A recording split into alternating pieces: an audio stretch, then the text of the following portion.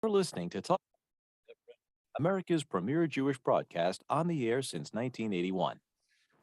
And now, here's your host. Welcome back to the program. I'm Zev Brenner. It's been a while, but always a pleasure to have Avi Moskowitz with us. He's one of the founding partners of the law firm Moskowitz, Colson, Ginsberg, and Schulman, LLP. He's an experienced criminal defense lawyer. He's a top one.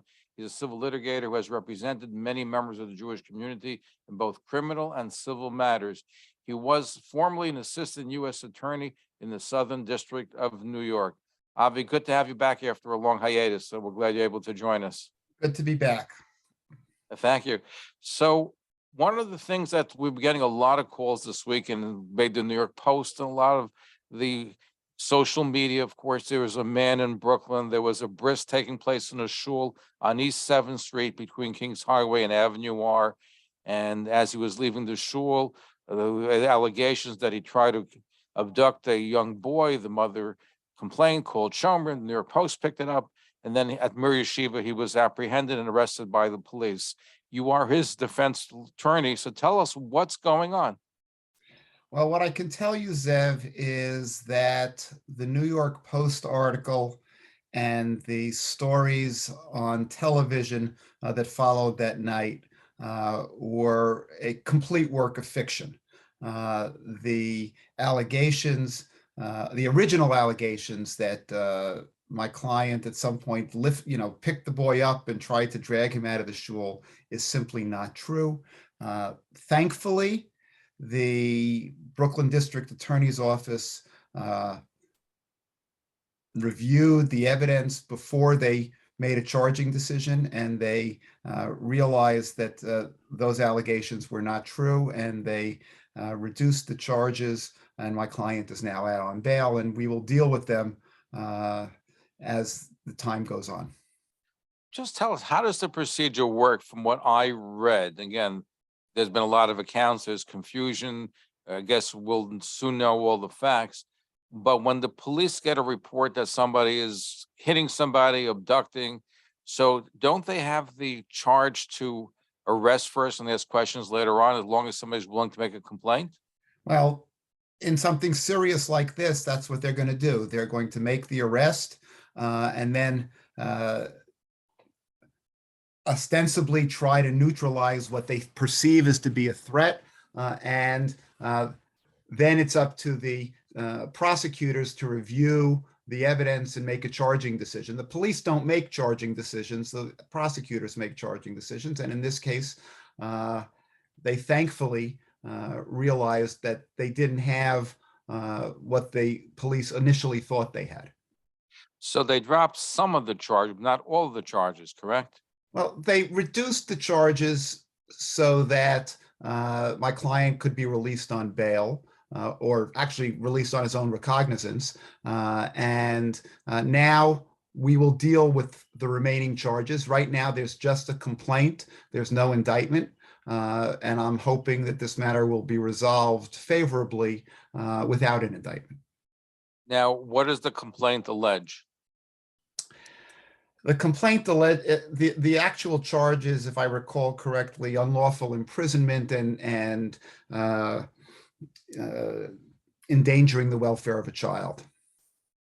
So those are the ones that are still remaining to be. Those are the ones that are still remaining, and they're misdemeanors, which is a lower level of crime. Now, again, there's a lot of confusion. Did the mother drop the charges? The mother, once the complaint is filed, the mother doesn't have the legal authority to drop the charges. It's a decision made by the prosecutor's office as to whether or not they have enough evidence to proceed with the charges.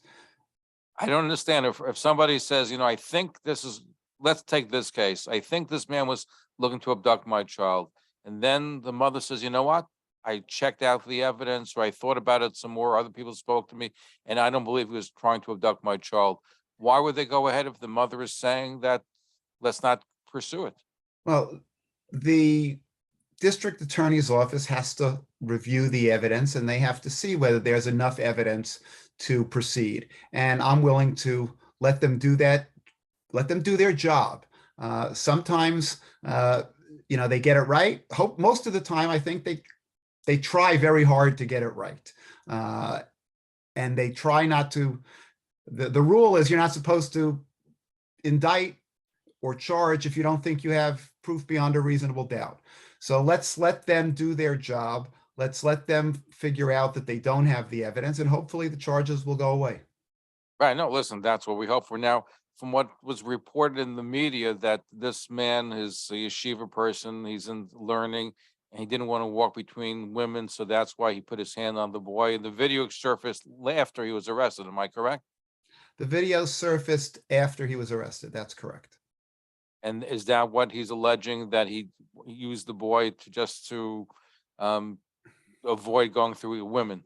Zev, I'm not really at liberty to discuss what my client has said or hasn't said, but I think that the video basically speaks for itself, and I think that the DA's office, when they saw the video, made the right decision to drop the most serious charges. I understand that, but until cases in March, I guess your client is in the state of limbo because you're still nervous to what's going to happen until it's adjudicated. The wheels of justice sometimes turn slowly. Hopefully they will move quickly in this case, and the DA's office will come to realize that there's no there, and there was no crime here. But I'm going to let them do their job.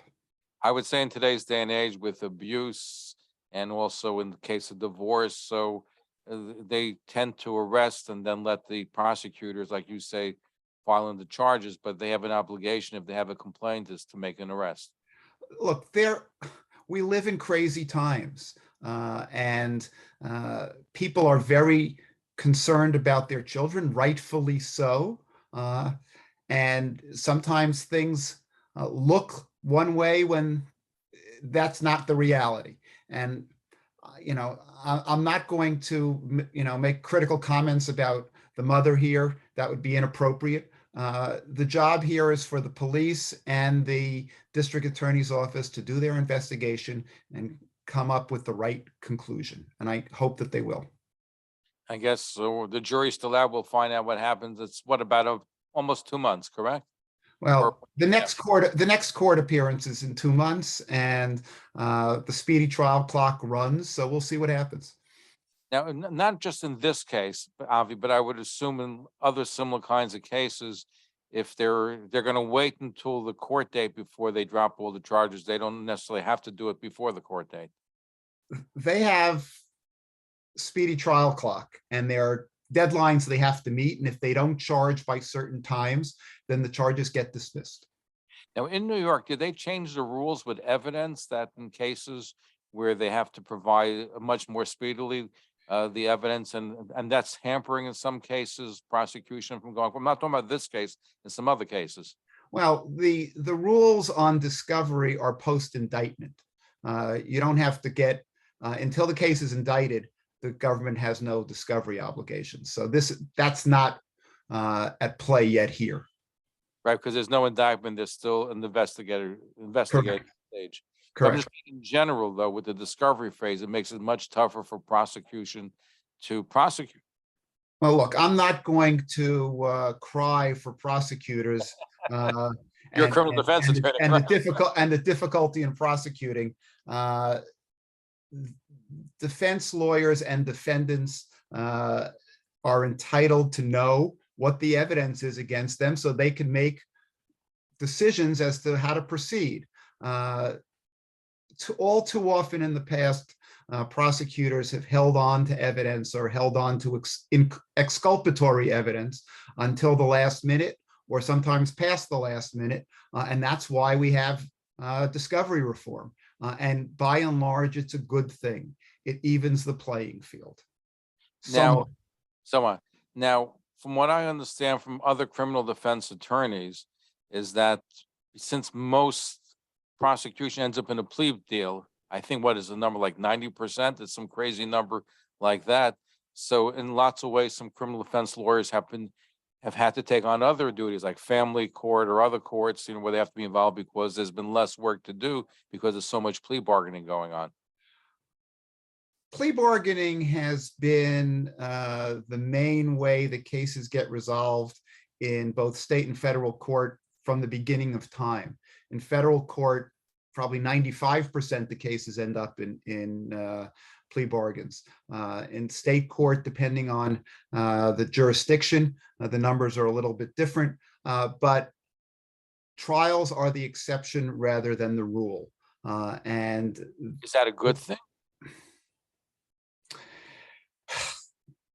depends on your viewpoint. Obviously, if you are if you've committed the crime and you can get a deal and know what your term is going to be or what your punishment is going to be, it's a good thing. It's in federal court, it's very difficult because defendants take pleas and don't know what their sentences are going to be. But by and large, it works for the system.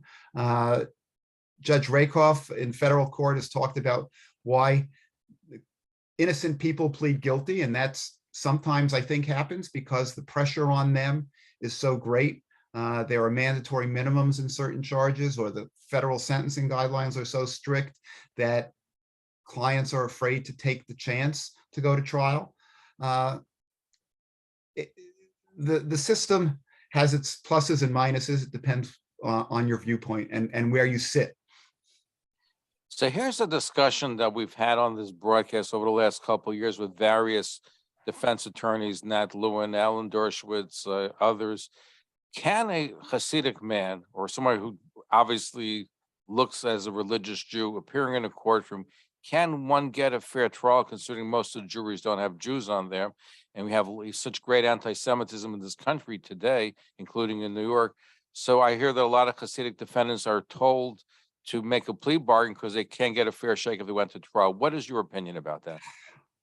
I don't want to say it's impossible to get a fair trial. I would say that it is difficult. And by the way, I want to expand the question a little bit. It's really to anybody that is considered different or other, not in the mainstream. It is difficult to get a fair trial. You know, if you are some sort of minority and you're not going to get many people who look like you or sympathize with you or even understand you and your culture, it is going to be difficult to get a fair trial. It's not impossible. You got to work hard at it. Like an Asian American, would they have the same difficulty as a Hasidic Jew? Look, I have represented Asian Americans, and I have found it is difficult for them because their language is foreign, their customs are foreign, the way they interact is different in many respects than what most Americans are used to, and so oftentimes it is difficult for Asian Americans to get a fair trial. We're speaking with Avi Moskowitz, one of the founding partners of the law firm Moskowitz, Colson, Ginsburg, and Schulman, LLP. He's an experienced criminal defense lawyer and civil litigator, and he's represented many, many members of the Jewish community. He also was a former assistant U.S. attorney in the Southern District of New York, and he is defending the man who was allegedly kidnapped a boy, tried to kidnap a boy in Brooklyn just the other day. We're going to be right back. Don't go away. You are listening to the Talkline Network. You're listening to Talkline with Zev Brenner, America's premier Jewish broadcast on the air since 1981. And now, here's your host. Welcome back to the program. I'm Zev Brenner, Avi Moskowitz. He is a criminal defense attorney, civil litigator. He's representing the man in Flatbush who allegedly tried to kidnap a young boy. He also is involved in many different cases affecting the Jewish community. Let's take some of your phone calls. Let's go to Saul in Flatbush. Saul, long time we haven't heard from you. Welcome back. Your guest. The question that comes to my mind is this fellow that's being charged, did he at all, when the mother confronted him about the child, did he make like a good, honest attempt to explain to the mother exactly what he was trying to do, or it didn't look like what it seemed to look like, or try to explain to her that it was simply an innocent type of thing? Did he try to explain that to the mom? I'm really not at liberty to talk about the facts more than what's already been reported. Like I said, I think the DA's office has to do their interviews. They have to do their investigation. And when they do, they'll find out the facts. And what they'll find out is that there was no crime here. Okay, so Okay, thank you, Sal. sure. So let me ask you a procedural question, Avi. If somebody is in a situation, I'm not only referring to this individual, a police officer wants to charge you with something, should you be speaking and trying to defend yourself to the police officer? Should you demand to see a lawyer first? Should you call a lawyer before you're arrested? Tell us the procedure, because I think people sometimes think they can talk their way out of it, and sometimes end up in more trouble because of it. As both a former prosecutor and a criminal defense lawyer for many, many years, what I can tell you is you're not going to talk your way out of it. When they come to talk to you, they already have usually a complaint of some sort, and they're looking to build their case, not to be talked out of it. So your best bet is ask for a lawyer, and if there's something to talk about, do it once you got some sort of protection. So in other words, in a case where they're coming to arrest you, just let yourself be arrested, ask to see a lawyer, don't talk to them, don't volunteer any information. Absolutely, positively. Now, can you demand a lawyer before they arrest you? Say, before you arrest, you can have my lawyer present? Well, if they're coming to arrest you, they must advise you of your rights. The police will often try to make nice and try to talk to you before they arrest you. And before you're in custody, they don't have to advise you of your rights. So if you realize you're under investigation, your best bet is when the police come to talk to you, say, what's this about? And then I want my lawyer. And then your lawyer can either be present when you're either after you're arrested, but the chance of them not going to wait for your lawyer to show up there, they're going to arrest you first. Well, if you ask for your lawyer and they continue to question you, then nothing that you say will be usable. So the police know that they have to stop. It's a violation of your rights. What are some of the things that people should be aware of? Because people, I guess, when they're in a situation where they're going to be arrested or a police officer is telling them something to do, like at a rally, they can arrest you if they say move and you don't move, they can arrest you. And we see, for example, in Memphis, where sometimes there's also overextension of the police. We don't have that same way in New York, like in Memphis, we had 5 are in serious trouble, but we're seeing that there has to be more coordination between what people should be interacting with the police. Look, if you've done nothing wrong, be respectful, follow orders, don't put yourself in harm's way. That's obvious. If you are under investigation and the police are coming to talk to you to try to further their investigation or try to get evidence against you, you never know what you say that might be harmful. So your best advice is keep your mouth shut, ask for a lawyer, and wait for your lawyer to arrive before you say anything. And even if they then arrest you and put you in the car, if you start talking spontaneously without the police asking you anything, then you're putting yourself in danger because they can use that information. And are they recording the information when you're speaking because of the body cams today? Police officers, there's a good chance they are. If they're doing their job and they turn on their body cam, yes, then everything's going to be recorded. Because if the body cam is not on, then certainly they can say, you said this, and he'll say, I never said that, right? I'm sure that comes up a lot. Well, if the body cam is not on, the police have other problems. So the body cam is supposed to be on any time they're interacting with the public. When they get out of the car, to interact with the public, or when they're approaching an area where they're responding to a call, they're supposed to put on their body cam. which I don't want to harp on the Memphis case, but it seemed to me the body cam was on. Why would they engage in this behavior when they know it's on video? I just don't understand it.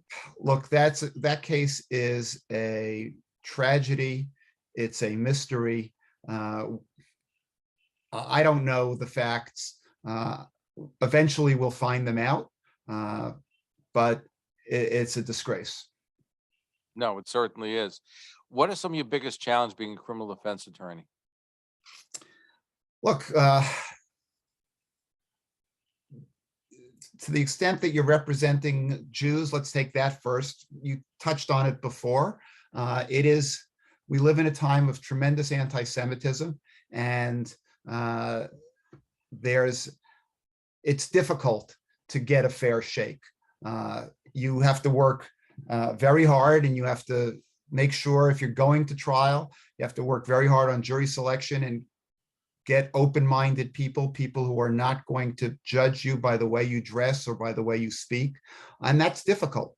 It is particularly difficult today. It's always difficult to represent criminal defendants because you look at the statistics, and the statistics are that the overwhelming number of cases that go to trial end up in conviction. So you're starting behind the 8 ball, but that's a big problem when you're representing members of the community. But in general, look, people want to believe that the police and the FBI and law enforcement get it right. And it is, as a defense lawyer, it is difficult to convince 12 jurors, 12 New Yorkers, or 12 Americans that the government got it right, got it wrong. And by the way, it is difficult for defendants to have the courage to say you got it wrong, and I'm willing to go to trial and risk the extra penalties that come with going to trial, and stand up for what they believe is right. So very often you'll get clients who are saying, I can't risk going to trial. And even though I believe I'm innocent, even though I know I'm innocent, I'm going to take the deal because this way I can survive whatever penalty they give me on a deal. But if I go to trial and I lose and I get the more severe penalty, I can't survive that. But listen, when one is on trial or one is, has an indictment, it's the resources of the United States government against an individual. They have unlimited resource. Unless you're very wealthy, that makes it a challenge. It also could take years. It's expensive, takes a toll on the family. So I would assume that's probably why the majority of people will take a plea, even though they believe that they're innocent, is because of all the factors I just enumerated. The power of the United States government, the power of the state government, the district attorney's offices, by and large, far exceed what an individual defendant can afford. And it is the rare defendants, very often you'll get either the wealthier defendants or the defendants who are where their companies or their insurance companies are paying for their defense that could really afford to get the top quality defense. Now, that having been said, the court-appointed lawyers, and I do court-appointed work, certainly in federal court, the court-appointed lawyers are very experienced, very capable, and they're given the resources that they need to defend. But again, the risks involved in going to trial are often so great that many defendants will decide, I have to cut my losses. No, very true. Now, in New York City, with bail reform, so how has that changed, let's say, the works of yourself and other criminal defense lawyers with no bail, and people keep getting out, in and out, and if you do certain crimes, you steal less than a certain amount, they don't even bother going after you. How has that changed things as far as your practice is concerned?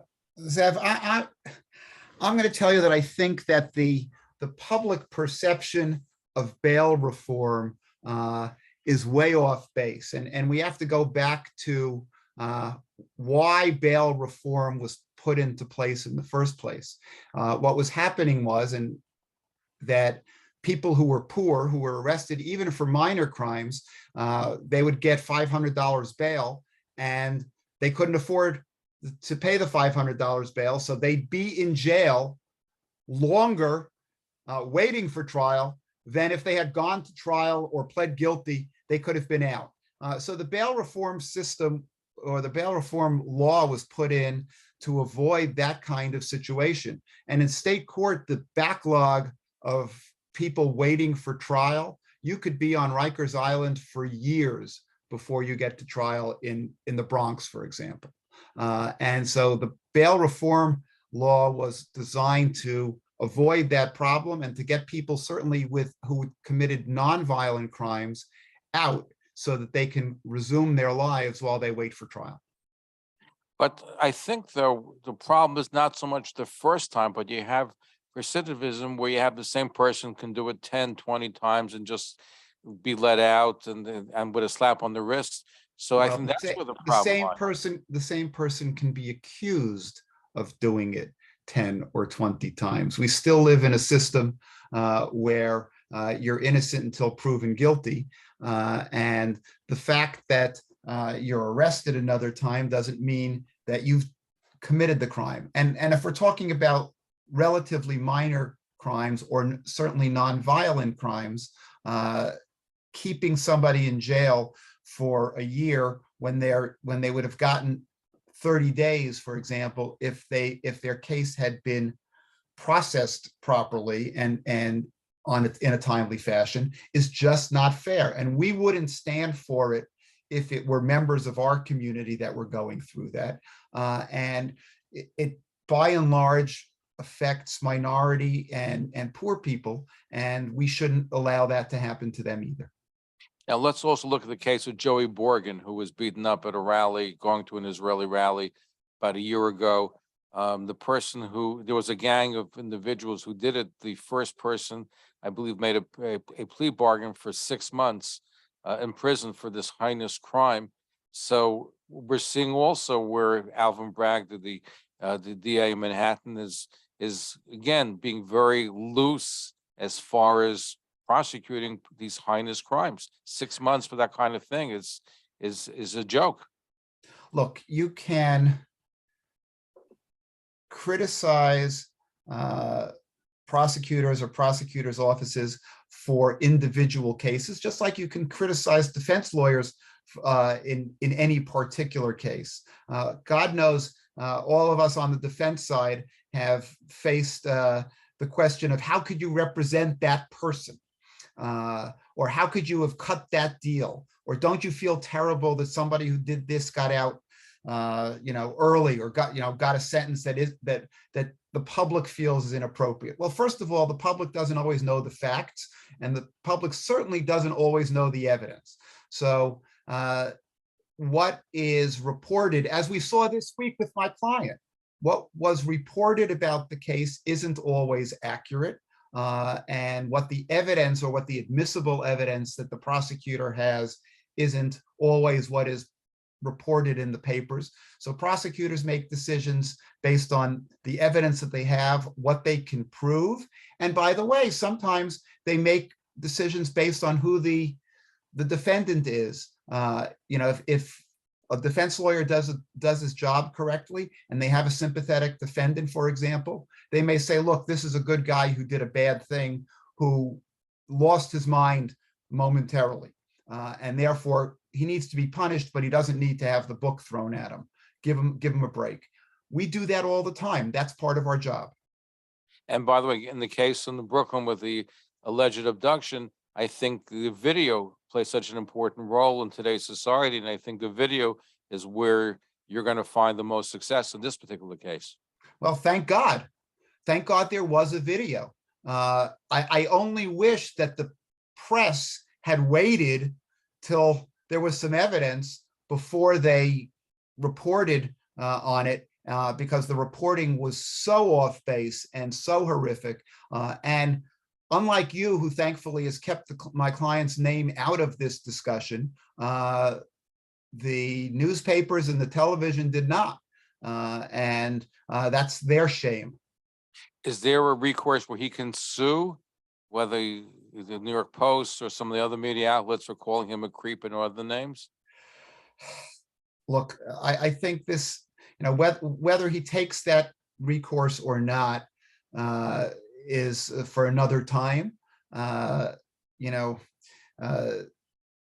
there were charges, or there was a complaint initially made. The Post is going to say they just were reporting on what the allegations were. The colorful language that they used was inappropriate.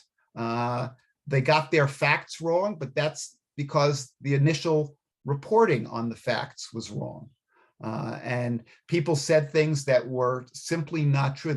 Some guy got on television and made allegations that as if he saw something, and it simply wasn't true. Avi Moskowitz, thank you for joining with us. We hope to have you back again. It's been a while, but thank you for giving us something to think about, not just in this case, but also in general, what one should proceed, especially when getting involved in such a situation. So we look forward to having you back again. Thanks, Zev. Great to be here. That's Avi Moskowitz. He's a criminal and civil lawyer, formerly a prosecutor here on the Talkline Network.